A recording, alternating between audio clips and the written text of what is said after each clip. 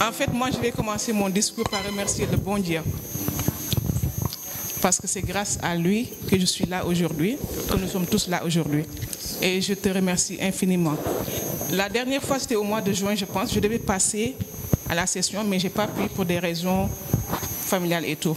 Mais cette fois-ci, j'ai tenu à venir avec mes 2 enfants parce que je pense que là-bas est une société qui est en train de se développer pour notre bien-être et pour sauver des vies. Et c'est pour sauver la vie de mes enfants que j'ai tenu à les amener aujourd'hui pour participer à cette session et puis pour prendre conscience de leur avenir. Il y a quelque temps, mon fils Medoun, il était en classe de CM2. Lui, comme tout le monde le connaît, il est tellement...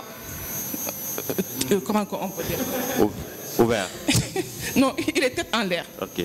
Donc, en début d'année, c'était au mois de novembre, j'ai cherché un répétiteur qui m'a coûté de l'argent, mais je me suis sacrifiée pour lui.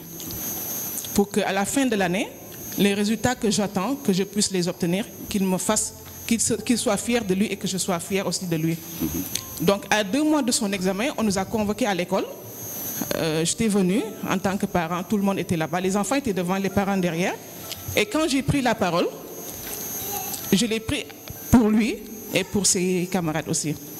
Mais j'ai créé un déclic tel que ce même jour-là, l'après-midi, son répétiteur m'a appelé pour me dire félicitations. Et quand j'étais sortie de la réunion aussi, tous les parents me disaient félicitations parce que vous avez bien parlé. J'ai dit aux enfants, vos parents se sacrifient, vos parents se démerdent pour vous. Donc à la fin de l'année, on ne vous demande qu'une seule chose, de réussir à votre examen. Et tous les parents m'ont félicité par rapport à ça parce que ça a créé un déclic avec les enfants.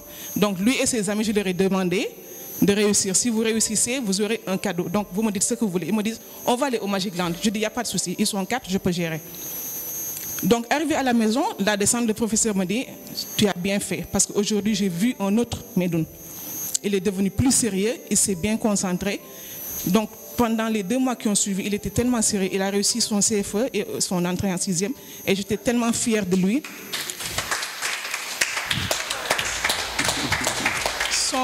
Son grand frère Ibrahima, lui, il est plus sérieux.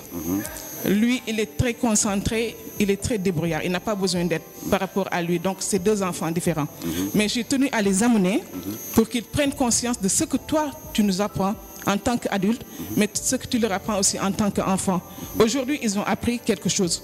Hier, par exemple, à l'heure du déjeuner, ils ne voulaient pas manger les légumes. Mais quand ils sont sortis le soir, ils m'ont dit, maman, on a pris des légumes et c'est bien, on veut que ça continue. Donc ça a été un déclic. Je te remercie infiniment. Et je remercie tous les parents qui sont là, qui se sacrifient pour leurs enfants. Parce que comme on dirait, nous sotti rek am borom. Te ñi buñu soté ëlëk ñun la yaay yi wala papa yi du keneen ñun la.